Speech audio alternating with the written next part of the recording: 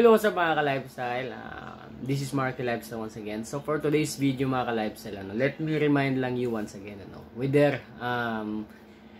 nag-home visit or hindi yung mga online leading application mga ka-lifestyle, huwag tayo masyadong pakampante, kasi alam naman natin na kung ano-anong mga strategy pwede nilang gawin para lang tayo matakot.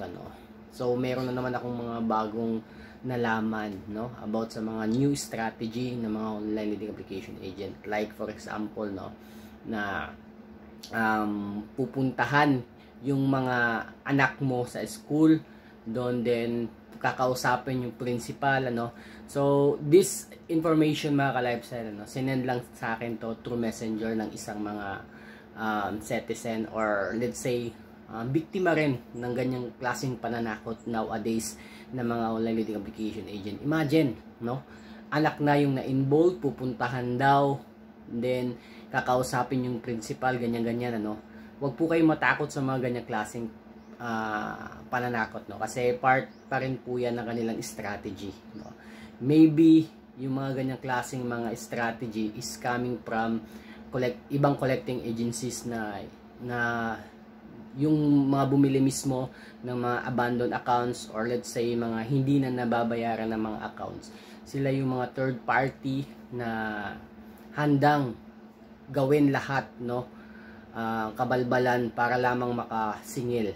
Kasi gaya nga ng sabi ko na 50-50, nire-risk din nila yung kanilang pera sa mga accounts na ganyan. Hindi nila alam ang kasiguridahan kung mababalik ba yung pera binayad nila sa mga accounts na binili nila. Pero hindi naman totally as ganun ka laki yung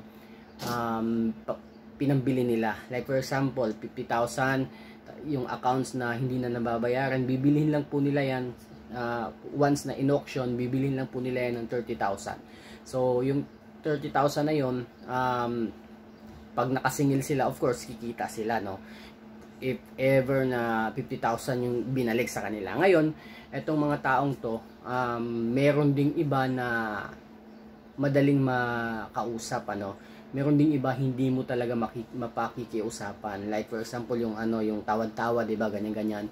Yung iba hindi talaga.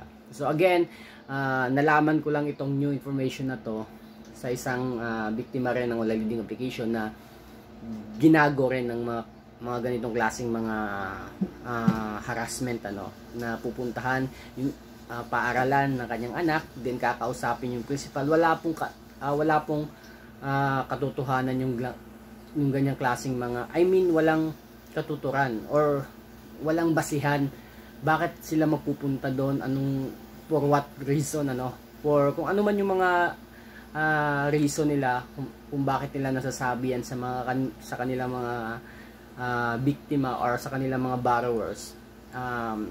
Isa lang talaga yung motive nila, makasingil, makasingil. Again, whether agent yan mismo ng online leading application or third party collecting agencies, kung ano man yan, kung sino man yan sila, walang pwedeng mangyaring ganun, in real talk, kasi unang-una, pwede silang kasuhan, pwede tayong magkaso ng ganun, kasi wala, dinadamay na nila lahat-lahat So again, kung anong online leading application yon mga ka-lifestyle, sige, babanggitin ko na lang para wala nang masyadong kuro-kuro or iniisip nyo. Mabilis cash po yung nag-text ng ganun, So I'm not totally sure if legit ba yung ganung klaseng information, but one thing for sure mga ka-lifestyle, kung ano man yung mga nare-receive yung form of harassment, form of threats na galing sa mga online leading application agent or third party collecting agencies, wag po kayong matakot. Wala pong katotohanan yan, hanggang dyan lang po yan, wala po pagbabanta. Very alarming lang po kasi makailang beses nang dinadama yung mga anak, mga anak ng mga biktima ng online leading application, So gaya nga nasabi ko, once na naka-receive kayo ng ganong klaseng harassment, pagbabanta, alam nyo na yung gagawin nyo. Dead man nyo na forever yung mga online leading application agent na yan. Huwag nyo nang bayaran, kahit sino naman siguro, gagaguhin, gaganyanin. Sino ba namang matinong tao ang magbabayad pa sa ganitong klaseng mga online lending application, ano? So again, mga ka-lifestyle, huwag po kayong matakot if ginaganyan kayo. Kung ano man yung mga reason behind that, ang gawin nyo na lang, mga ka-lifestyle, is deadmatology na lang, no? Hanggang dyan lang po yan, walang nakukulong sa utang. Pero it doesn't mean na mangutang na tayo kaliwat kanan once again, ano? Pero wag pong ganun, ano? Kasi in the end of the day, responsibilidad pa rin po natin yan. Tayo yung nakakaalam kung bakit nag-loan tayo, ganyan-ganyan. Then tayo rin dapat nakakaalam kung paano natin susolusyonan, tatrabahuin yung ganitong klaseng problema, mga ka-lifestyle. Ako, nag-guide lang ako, sinashare ko lang sa inyo yung mga posibleng mangyari, posibleng hindi mangyari, katotohanan or gawa-gawa lang, invento, ganyan-ganyan, ano. So again, mga ka-lifestyle, wag po kayo matakot. Again, ako na po mismo yung nagpapatunay na malabo mangyari yon, mga ka-lifestyle. Especially, no, kung nasa probinsya ka naman, wala ka dapat ikatakot. Never, never, never pong nagpupunta yung mga staff, representative, or collecting agencies ng mga online lending application dyan mismo sa area nyo. Especially kung nasa province or Mindanao, Visayas, wala. Sa tagal-tagal ko na pong nagbablog about online lending application, wala pa po akong nalaman, wala pa akong nabalitaan, wala pa akong mismo nakita or napanood sa video na pinuntahan mismo ng mga online lending application agent, no, dun sa mga malalayong lugar sa provinces, no. Wala pa po, maliban na lang except sa Home Credit po, kasi again, si Home Credit, bibisita po talaga yan kasi meron po silang mga field collector, designated field collector in every area dito sa Pilipinas mismo, no. So meron po silang mga trabahante na taga dyan mismo sa lugar nyo. So malalaman nila yung address mo, location mo, whether gibigay mo or hindi, malalaman po nila yan. Kasi ganun po talaga yung trabaho nila, magpa-follow up po. Magpa-follow up sila sa inyo.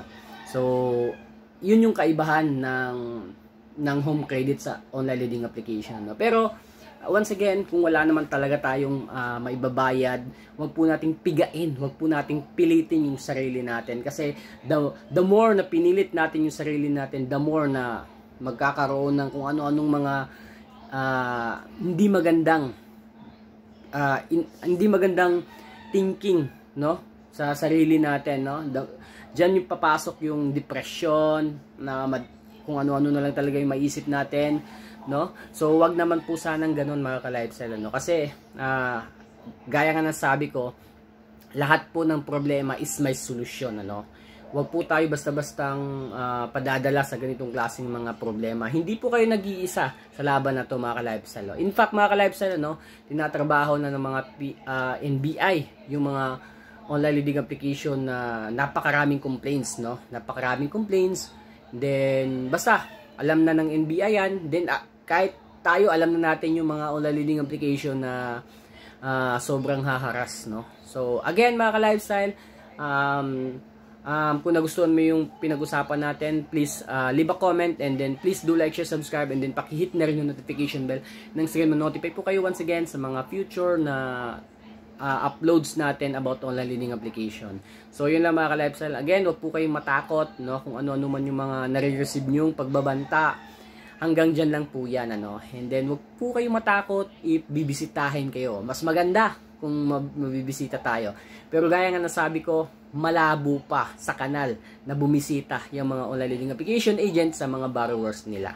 No, malabo. Especially kung nandoon ka sa kasuok-suukan ng Pilipinas. Never po. Maliban na lang kung nasa Manila area ka and then malapit lang sa company nila. Doon posible pa. Pero kung nasa province, Visayas, Mindanao, huwag po kayong matakot. So yun lang, mga ka-lifestyle. Peace.